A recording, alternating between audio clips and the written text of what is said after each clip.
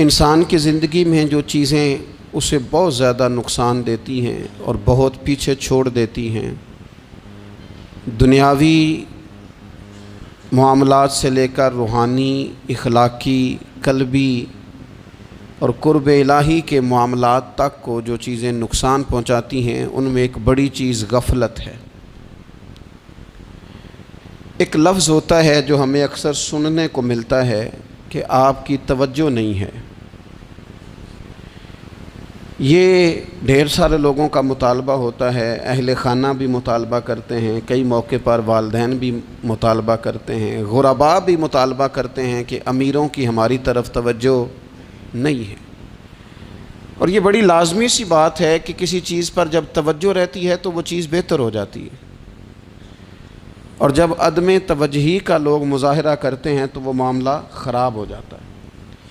یہ جو عدم توجہ ہے اسی کو غفلت کہتے ہیں، اور جب انسان کے مزاج پر غفلت طاری ہوتی ہے اور غفلت اس پر پوری طرح غلبہ کر لیتی ہے تو پھر اس کی زرخیز زمین کو وہ بنجر کرتی ہے۔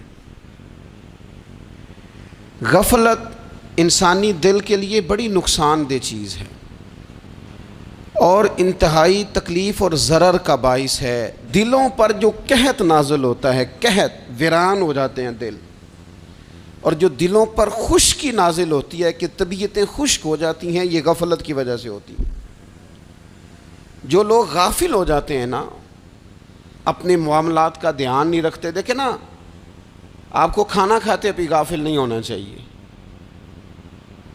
اگر کھانا بھی غیر معتدل کھا لیا جائے تو وہ انسان کی طبیعت کے لیے باعث ضرر بن جاتا ہے، نقصان کا باعث بنتا ہے۔ بات کرتے ہوئے بھی غافل نہیں ہونا چاہیے، کئی دفعہ جملے ایسے نکل جاتے ہیں جو انسان کے لیے پھر شرمندگی کا باعث بنتے ہیں۔ انسان کو غافل ہو کر کوئی کام نہیں کرنا چاہیے، غافل ہو کر، مدہوش اور بے ہوش ہو کر نہیں۔ غفلت دل کو ویران کرتی ہے، طبیعت میں خشکی لاتی ہے۔ غافل کبھی نہ بنے۔ قرآن مجید فرقان حمید نے ارشاد فرمایا کہ اقترب للناس حسابہم، فرمایا لوگوں کے حساب کا وقت قریب آ گیا، وہم فی غفلۃ معرضون، اور وہ ابھی بھی غفلت میں منہ پھیرے ہوئے ہیں۔ ٹائم آ گیا حساب دینے کا، لیکن وہ ابھی بھی غافل ہیں۔ ہمارے جو زیادہ تر نقصان زندگی میں ہوئے ہیں وہ صرف ہماری غفلت کی وجہ سے ہوئے ہیں۔ ہم نے چیزوں پر توجہ نہیں دی، چیزیں گڑبڑ ہو گئیں۔ جس آدمی نے پھول لگائے ہوں، پھل لگائے ہوں، کھیتی لگائی ہو، وہ دانہ ڈال کے پانی دے کے فارغ نہیں ہو سکتا، اسے توجہ کرنی پڑتی ہے۔ اور کسی نے کہا تھا مالی جیندے ہون تو پھر بوٹے سوکدے نہیں، اگر موجود ہونا ان کو سینچنے والا، رکھوالی کرنے والا، تو پھر ان کی جڑیں کبھی خشک نہیں ہوا کرتی۔ ہماری جو غفلتیں ہیں یہ بڑی ضرر کا باعث ہیں، نقصان کا باعث، اور مجبوری معاف ہوتی ہے، غفلت معاف نہیں ہوتی۔ اسکول میں پڑھتے تھے، مدرسے میں پڑھتے تھے، تو ایک مجبوری ہو گئی جی، خدا نہ خواستہ گھر میں کوئی پریشانی ہو گئی تو اساتذہ اس پر سزا نہیں دیتے۔ کوئی خوشی کا موقع ہے گھر میں، فیملی میں کسی کی شادی ہے، اساتذہ اس پر سزا نہیں دیتے۔ لیکن اگر کبھی پتہ چلتا تھا نا کہ یہ گھر سے تو آیا تھا لیکن مدرسے نہیں آیا، یہ اسکول نہیں آیا، رستے میں غافل ہو گیا، تو یہ بات خوفناک تھی۔ یہ قابل سزا جرم تھا کہ تو غافل ہو گیا اپنی پڑھائی سے، تو گھر سے آیا اور یہاں نہیں آیا۔ غفلت قابل سزا ہوتی ہے، مجبوری کی معافی ہوتی ہے۔ ہمارا آج کل جو مسئلہ ہے وہ غفلت کا ہے۔ ڈھیر سارے لوگ ہیں، سمجھدار بھی ہیں، سیانے بھی ہیں، معاملہ فہم بھی ہیں، باشعور بھی ہیں، تعلیم کی ڈگریاں بھی رکھتے ہیں، لیکن اگر ان کی زندگیوں کی تکلیفوں کو دیکھا جائے اور بے آباد روح کو دیکھا جائے اور سجدوں سے ان کی دوری کو دیکھا جائے تو ایک ہی بات سمجھ میں آتی ہے کہ پتہ سارا ہے لیکن لے ڈوبی ہے غفلت، توجہ نہیں کی۔ لائق بچہ بھی نالائق ترین زندگی گزارتا ہے، اس لیے کہ اس کے لائق ہونے کے ساتھ ساتھ اس کا توجہ کرنا بھی تو ضروری ہے نا۔ نرے لائق کا کیا فائدہ اگر وہ محنتی نہیں، اگر وہ توجہ ہی نہیں کرتا، اپنا سبق دھیان سے سنتا پڑھتا ہی نہیں، تو جتنا مرضی لائق ہو پیچھے رہ جائے گا۔ اور کئی نالائق ہوتے ہیں، رٹا لگا کے پاس ہوتے ہیں، پر چلو رٹا تو لگاتے ہیں نا، محنت تو کرتے ہیں نا، جد و جہد تو کرتے ہیں۔ کئی نالائق جد و جہد کے باعث آگے گزر جاتے ہیں، اور کوئی اسی چکر میں رہ جاتے ہیں، میں بڑا لائق ہوں، کل پڑھ لوں گا، پرسوں پڑھ لوں گا، ہفتہ تیاری کر کے پاس ہو جاؤں گا۔ اپنی زندگی سے غفلت کا پردہ اٹھائیں، اور غفلت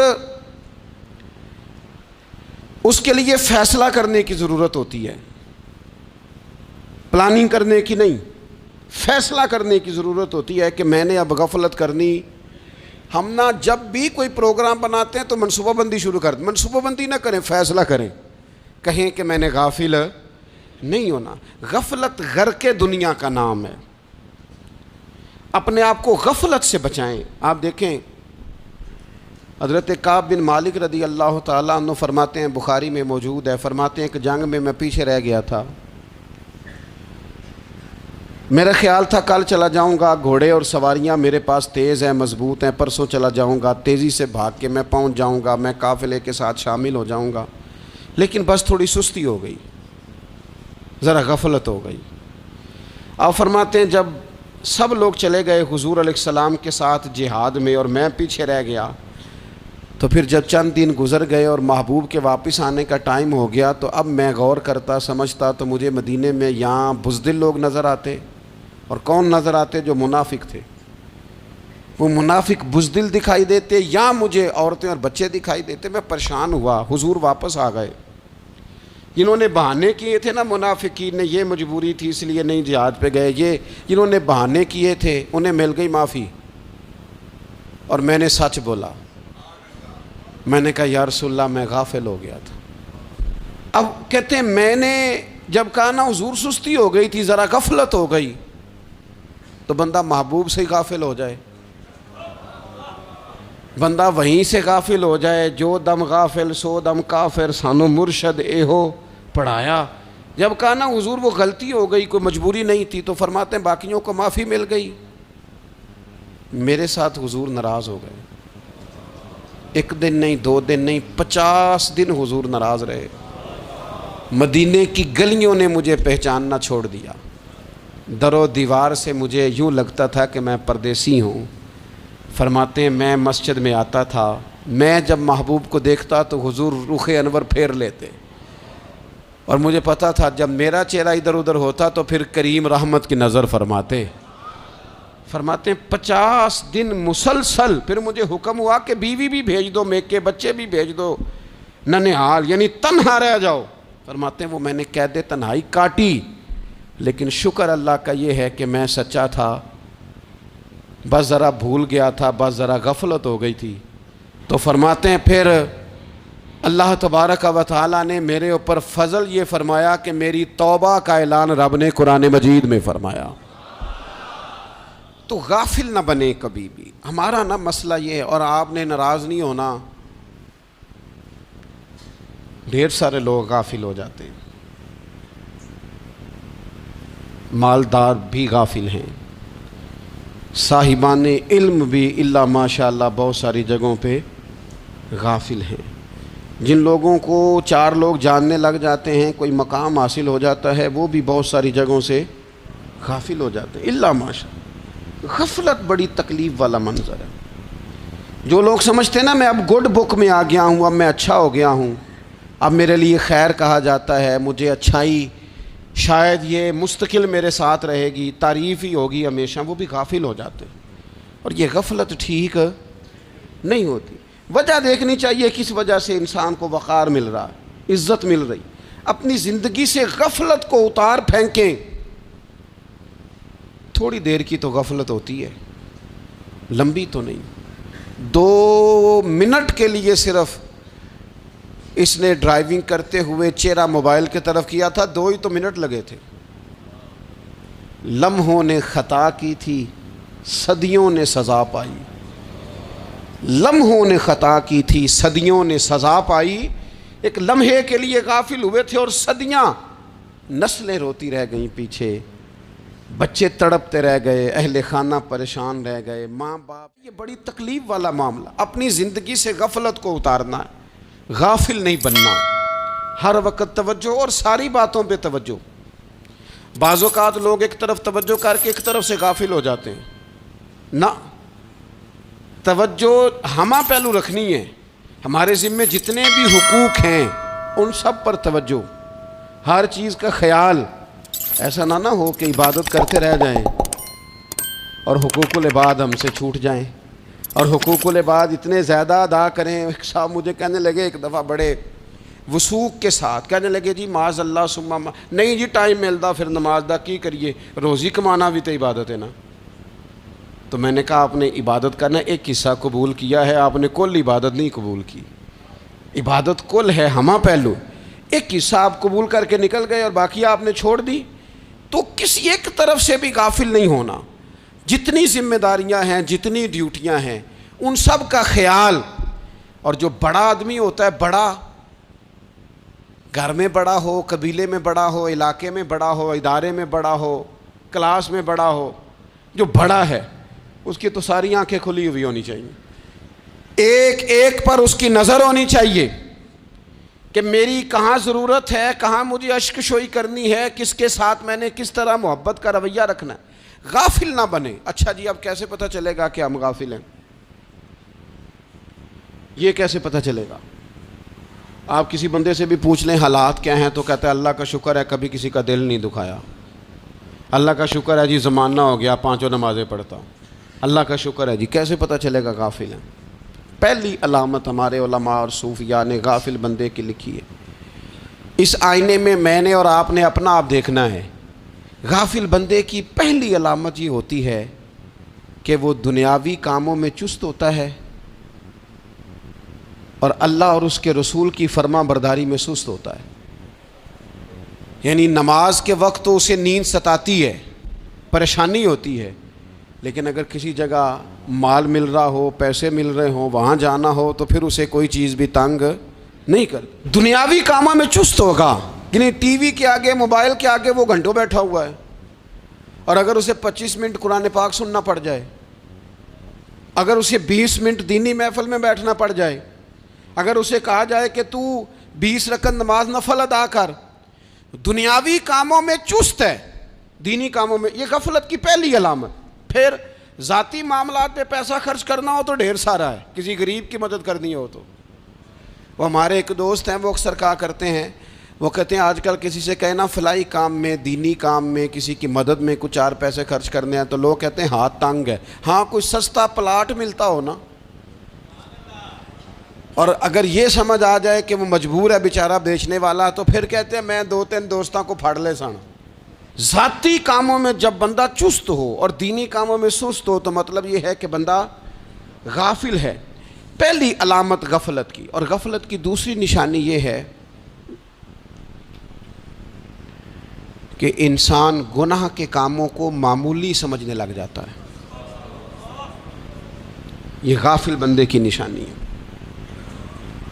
گناہ کو معمولی سمجھتا ہے، چھوٹا سمجھتا ہے۔ آج کل لوگ کہتے نہیں میں کو اکیلا کر رہا ہوں، ساری دنیا ہی کرتی ہے۔ اور جناب کیا ہو گیا اگر یہ غلطی ہو گئی تو بندے سے ہو ہی جاتا ہے۔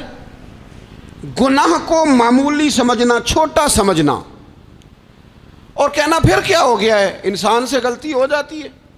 آپ دیکھ لیں کہ سینکڑوں بیسیوں گناہوں کا بوجھ ہمارے سروں پہ ہوتا ہے، لیکن کوئی ہمارا دبدبہ ہے، کوئی ہماری گفتگو ہے، کوئی ہمارے جملوں میں خود پسندی ہے، کوئی ریاکاری ہے، کوئی تصنع ہے۔ یہ غافل بندے کی علامت ہے۔ نبی اکرم صلی اللہ تعالیٰ علیہ وآلہ وسلم نے فرمایا مومن اپنے گناہوں کو پہاڑ کی طرح سمجھتا ہے، یہ بخاری میں حدیث ہے۔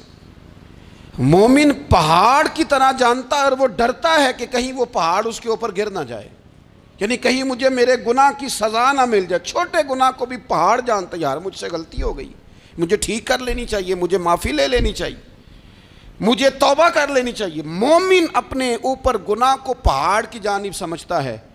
اور حضور علیہ الصلوۃ والسلام فرماتے ہیں کہ یہ جو فاسق اور فاجر ہوتا ہے نا، اللہ کا نافرمان، یہ گناہ کو مکھی کی طرح سمجھتا ہے۔ یہ سمجھتا ہے میں نے اشارہ کرنا ہے، مکھی نے اڑ جانا ہے۔ مومن کی علامت یہ ہے کہ وہ پہاڑ جانتا ہے اگر غلطی ہو جائے تو پہاڑ. امام اعظم ابو حنیفہ رحمۃ اللہ علیہ گزر رہے تھے تو بارش ہو گئی تھی اور کوفہ میں کیچڑ تھا، تو آپ نے جو جوتے پہنے ہوئے تھے ان جوتوں سے چلتے ہوئے نا آپ کے پاؤں سے کچھ مٹی اڑی، تو سامنے ایک یہودی تھا، اب اس زمانے میں دیواریں کچی ہوتی تھیں، اس کے دیوار پر جا کے وہ مٹی جو تھی وہ لگ گئی. اب امام صاحب بڑے پریشان ہوئے کہ میں نے اس کی دیوار کو آلودہ کر دیا. یہاں تو لوگ اپنی اینٹیں رکھتے رکھتے کئیوں کی دیواریں توڑ ہی دیتے ہیں، اور پھر وہ اس پر ماننے کو بھی تیار نہیں ہوتے، تسلیم کرنے کو بھی تیار نہیں ہوتے. وہ کہتے ہیں پھر کیا ہو گیا، اب ہمارا یہاں گھر ہے تو ہم نے ٹرالی منگوانی نہیں تھی، ہمارا حق بنتا تھا.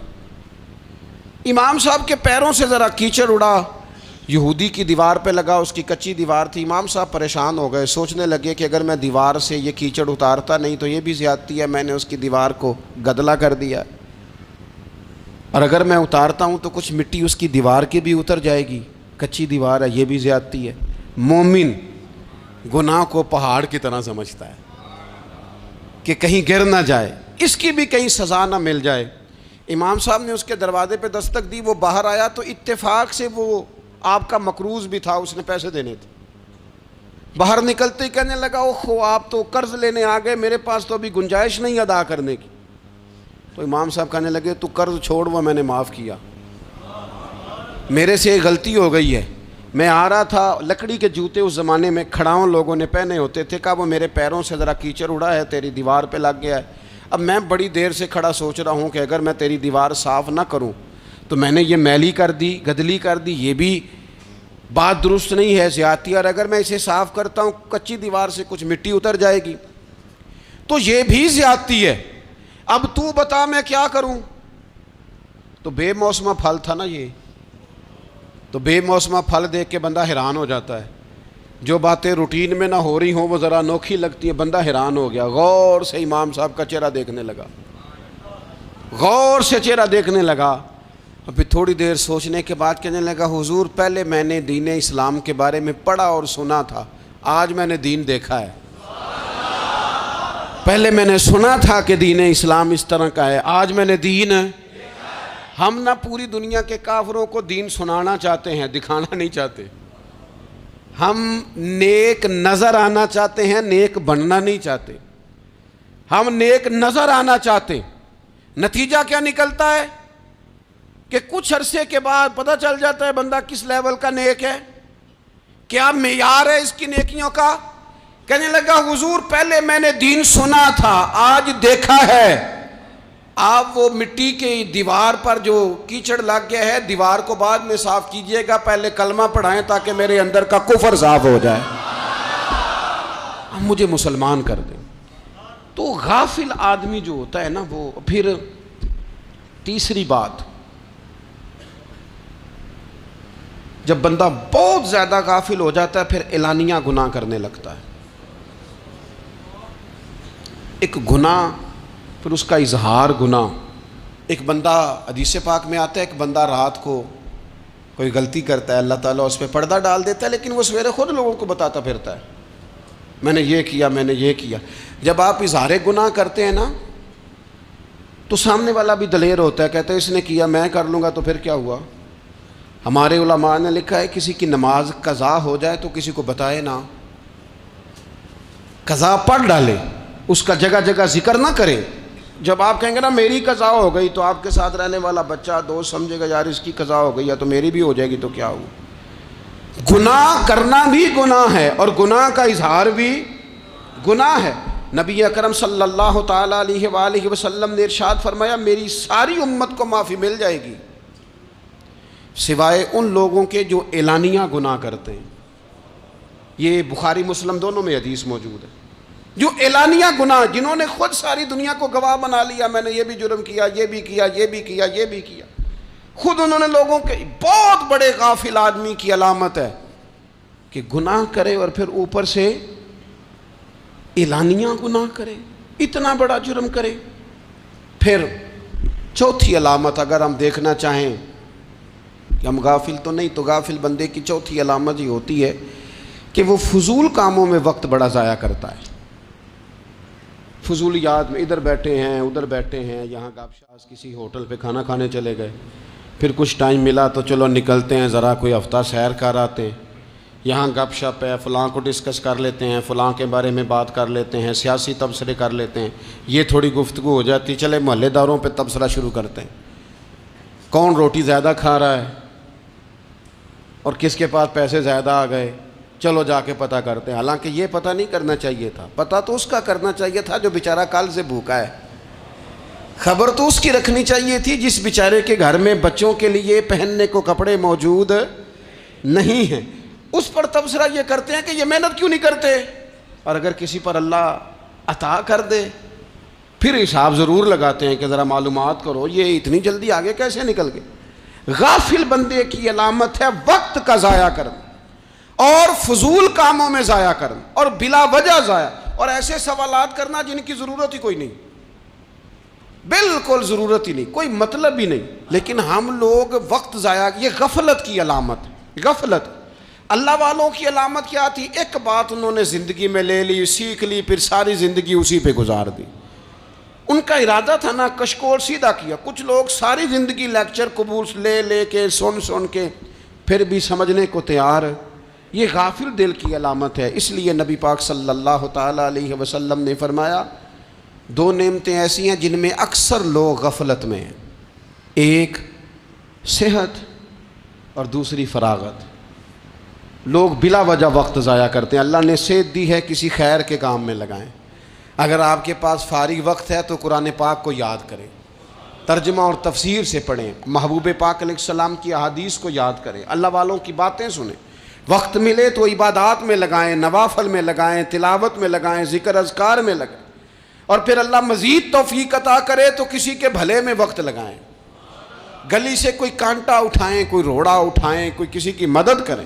لیکن یہ غافل ہونے کی علامت ہے کہ اپنے وقت کو ضائع کرنا۔ اور پھر اسی طرح غفلت کی پانچویں علامت یہ ہے کہ اگر بندے کو دنیا سے پورا پیار ہو جائے، یعنی شب قدر میں بھی آ کے کہتا ہے یا اللہ کبھی پیسے دے دینا، شب برات والے دن بھی کہتا ہے کہ مالک اگر کبھی کوئی ایسا سبب لگ جائے نا، یعنی بیت اللہ شریف کے سامنے کھڑے ہو کے بھی اگر اس نے مال ہی مانگنا ہے وہاں بھی اس نے یہی سوال کرنا ہے، حب دنیا اتنی غالب آ جائے تو یہ غافل ہونے کی علامت۔ دنیا ضرورت ہے، مقصد نہیں ہے، دنیا کی حاجت ہے، مقصد نہیں ہے، یہ مقصود نہیں۔ اور جب لوگ فقط دنیا کے مال کو، دولت کو، نبی پاک علیہ السلام نے فرمایا وہ لعنتی ہے جو درہم اور دینار کا بندہ بن گیا ہے، پیسوں کا بندہ بن گیا ہے، مل جائے تو خوش ہوتا ہے، نہ ملے تو تکلیف میں آ جاتا ہے۔ یہ غافل بندے کی علامت۔ مومن تو وہ ہوتا ہے کہ دولت رزق حلال ضرور کماتا ہے تاکہ کسی کے آگے ہاتھ نہ پھیلانا پڑے، کوشش ضرور کرتا ہے، پر دنیا کو جیب میں جگہ دیتا ہے، دل میں نہیں دیتا۔ اس کی جگہ جہاں ہے اسے وہاں رکھتا ہے، اسے دل میں جگہ، دل تو ایک ہے، اس میں رب و رسول کو بسائیں گے یا کسی اور کو بسائیں گے؟ تو حب دنیا یہ غافل ہونے کی بہت بڑی علامت ہے۔ پھر اسی طرح جو بندہ رب کریم کو جانتا نہیں نا وہ بھی غافل ہو جاتا ہے۔ ایک تو جو یہ نہیں نہ جانتا کہ رب کریم سزا دے گا، وہ مجھے دیکھ رہا ہے، اسے نہ اونگ آتی ہے نہ نیند آتی ہے، جو اس کی معرفت نہیں رکھتا کہ میرا رب ہر وقت مجھے دیکھ رہا ہے، وہ بھی غافل ہو جاتا ہے۔ جسے پتہ ہونا کہ مجھے دیکھ رہا ہے وہ غافل نہیں ہوتا۔ اور جو یہ سمجھ لیتا ہے نا کہ شاید معاذ اللہ ثم، اس یقین کو پکا نہیں کرتا، وہ غافل ہو جاتا ہے۔ اور ایک جو یہ نہیں نہ جانتا کہ رب مہربان کتنا ہے، وہ بھی غافل ہو جاتا ہے۔ مجھے بتائیے سب سے زیادہ تو بندہ اس کے دروازے پہ جاتا ہے نا جو سب سے زیادہ مہربانی کرنے والا ہو، اس دروازے سے بندہ اٹھتا ہی نہیں۔ تو جس کو یہ یقین ہو جائے نا سب سے زیادہ کرم فرمانے والی ذات اللہ رسول کی ہے، وہ کبھی رب رسول سے غافل نہیں ہوتا، وہ کبھی اللہ رسول کا دروازہ چھوڑ کے نہیں جاتا، وہ کبھی کسی اور جگہ جا کے پناہ تلاش نہیں کرتا۔ جسے پتہ چل جائے نا وہ کریم کتنا ہے، مہربان کتنا ہے،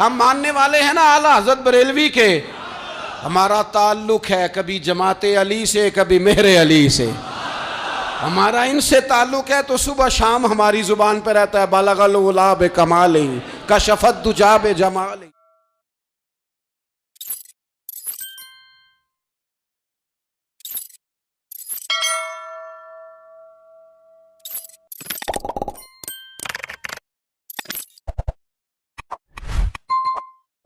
جمیع خصالہ صلو علیہ وآلہ، ان سے تعلق جڑا ہے نا تو کئی دفعہ تنہائیاں تڑپا دیتی ہیں اور تڑپ کے کہتے ہیں آج سکھ متران دی ودھیری ہے، آج سکھ متران دی، سکھ کہتے ہیں اڈیق کو، متر کہتے ہیں محبوب کو، آج سکھ متران دی ودھیری ہے، کیوں دلڑی اداس گھنیری ہے، لوں لوں وچ شوق چنگیری ہے، اج نینا لائیاں کیوں جھڑیاں، سبحان اللہ سبحان اللہ سبحان اللہ۔ پہلے کہتے ہیں سکھ متران دی ودھیری ہے یعنی اداس ہوں، پھر حضور کے جلووں پہ نظر کرتے ہیں، کہتے ہیں سبحان اللہ سبحان اللہ، ماں اجمل کا، ماں احسانہ کا، ماں اکمالہ کا، اور پھر فوراً کہنے لگے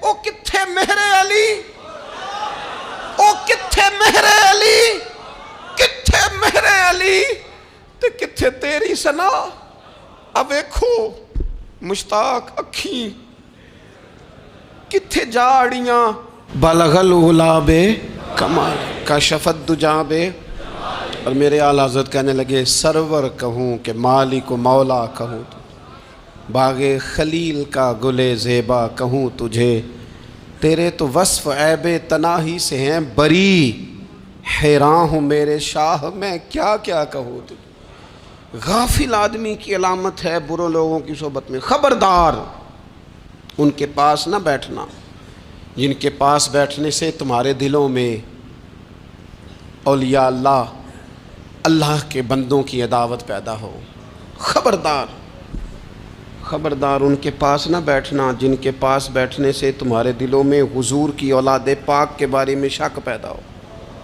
خبردار اس شخص کے پاس نہ بیٹھنا جو امام حسین ابن علی کے بارے میں کوئی کمزور بات کرتا ہو، بچنا، خبردار اس سے بچنا جو حضور کے صحابہ کے بارے میں بات کرے، بچنا اس سے، جو سیدنا ابو بکر صدیق کے بارے میں کوئی،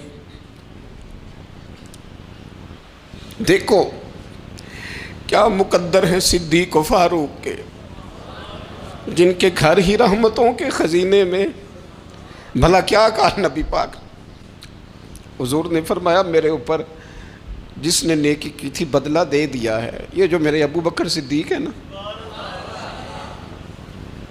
ان کو میں اللہ کی بارگاہ میں لے جاؤں گا، کہوں گا مالک تو ہی بدلہ عطا فرما۔ ایک ہاتھ میں جناب صدیق کا ہاتھ پکڑا، ایک میں حضرت عمر کا ہاتھ پکڑا، اور حضور مسجد نبوی سے باہر آ رہے ہیں، دیکھنے والے کی زبان سے بے ساختہ سبحان اللہ نکل گیا، کیا شان ہے کیا مقدر ہے، تو حضور علیہ السلام رک گئے، اور روک کے فرمایا تو حیران ہو رہا ہے نا، تو حیران ہو رہا ہے نا کہ میں نے ایک ہاتھ میں ابو بکر کو پکڑا ہے، ایک میں عمر کو پکڑا ہے، فرمایا قیامت میں جب میری قبر کھلے گی تو میں اسی طرح قبر سے نکلوں گا، اس طرح میدان محشر میں میں آؤں گا۔ خبردار حضور کے وفاداروں کے وفادار رہنا، ان کے وفادار رہنا، ان کے وفادار رہنا۔ بڑا عجیب دور آیا ہے، ہم نے یہ دور دیکھا ہے کہ لوگ حضور کے صحابہ کے بارے میں بھی بات کریں گے، اب نبی پاک کی اولاد پاک کے بارے کو بھی ڈسکس کیا جائے گا۔ اپنا منہ تو دیکھ، اپنی حیثیت دیکھ، اور پھر وہ بندے دیکھ جن کو اللہ نے چن کے اپنے محبوب کی غلامی کے لیے حضور کے قریب بٹھایا ہے۔ تو بچنا ایسے لوگوں سے، پرہیز کرنا، خبردار عقیدہ ستھرا رکھنا، عقیدہ ستھرا رکھنا، صاف رہنا، پاکیزہ رہنا، غافلوں کی صحبت سے بچنا۔ بڑا ڈرتے ہیں اللہ سے، دعائیں مانگتے ہیں یا اللہ نسلوں میں بھی وہی بندے پیدا فرما جو عقیدے پکے رکھنے والے ہیں، وہ بندے پیدا فرما ہماری نسلوں میں۔ ایک وہ بندہ بھی غافل ہو جاتا ہے جو امیدیں لمبی لگا لیتا ہے، جن کے منصوبوں میں دولت بھی ہوتی ہے، گھر بھی ہوتا ہے، اولاد کا بڑا ہونا بھی ہوتا ہے، پوتے پوتیاں نواسے نواسیاں دیکھنا بھی ہوتا ہے، یہاں بھی گھر وہاں بھی گھر، یہ سیر، یہ سارا کچھ ہوتا ہے، لیکن رب کی بارگاہ میں پیش ہونا جن کے پیش نظر نہیں ہوتا۔ لمبی امیدیں۔ حضرت مولا علی شیر خدا فرمایا کرتے تھے، میں تم پر دو باتوں کا خوف کھاتا ہوں، جو ڈر آتا ہے، ایک یہ کہ تم خواہش کی پیروی کرو گے، جو نفس کی خواہش ہوگی اس کے پیچھے لگ جاؤ گے، اور ایک کہ تم لمبی لمبی امیدیں باندھو گے، اتنے سال جینا ہے، اتنے 100 سال جینا ہے، یہ کرنا ہے وہ کرنا ہے۔ منصوبہ بندی کریں مستقبل کے لیے، وہ بری نہیں، لیکن تیاری رکھیں، تیاری رکھیں، اس بات کا بھی خیال رکھیں کہ اللہ کی بارگاہ میں حاضر ہونا۔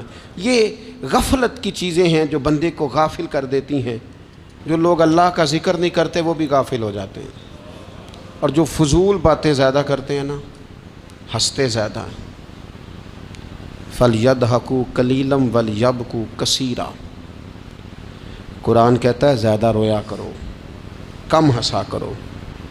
نبی پاک علیہ الصلوۃ والسلام سے پوچھا تھا حضرت عقبہ بن عامر نے کہ یا رسول اللہ نجات کس چیز میں ہے؟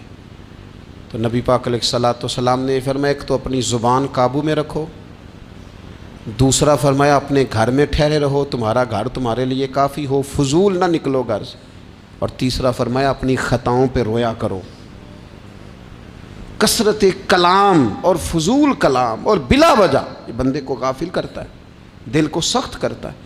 یہ چند چیزیں ہیں جو انسان کو غفلت میں ڈالتی ہیں۔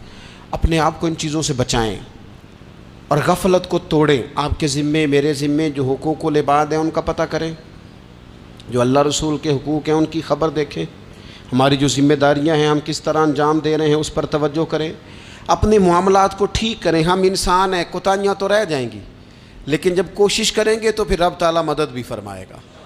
ایک بات اور کرنی ہے، ایک تو میں نے عرض کیا غفلت کو توڑنا، ایک دوسری بات قرآن مجید کا ایک سبق اور، جب غفلت توڑنی ہے تو پھر لازمی طور پر ایک کام کرنا پڑے گا۔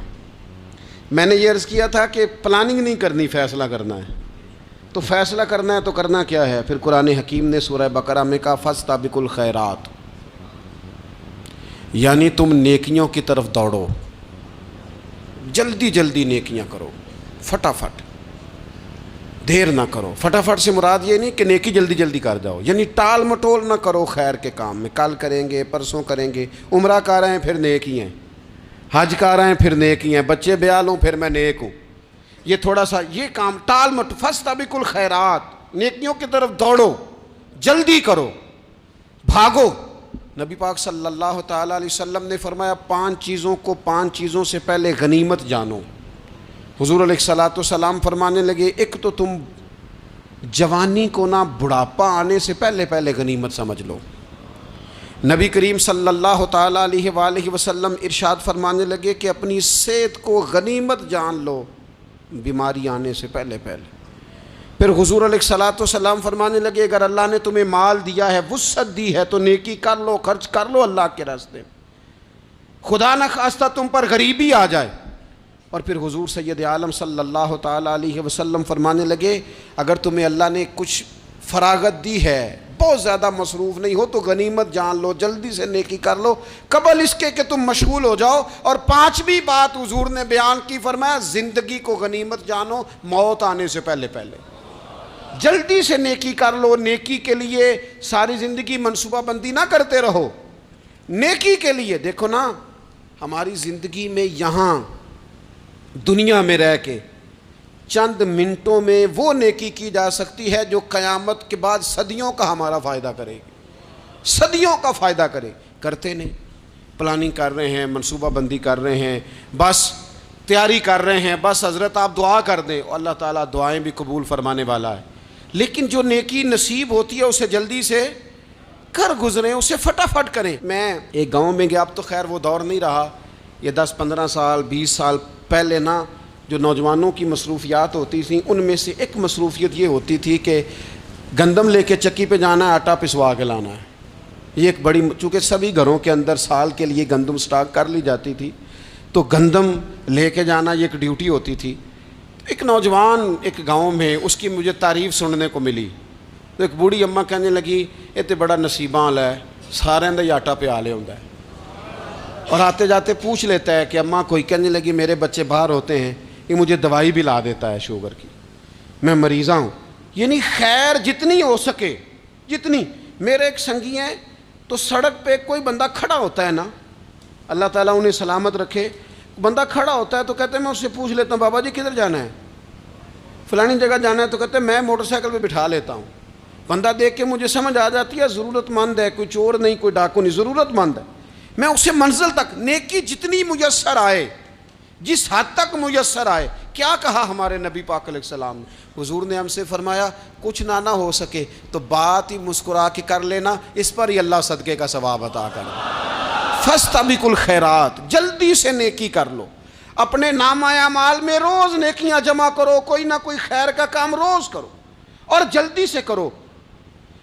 صحیح مسلم میں حدیث ہے، نبی پاک صلی اللہ تعالیٰ علیہ وسلم فرمانے لگے جلدی جلدی نیکی کے کام کر لو ان فتنوں سے پہلے جو اندھیری رات کے حصوں کی طرح فتنے ہوں گے.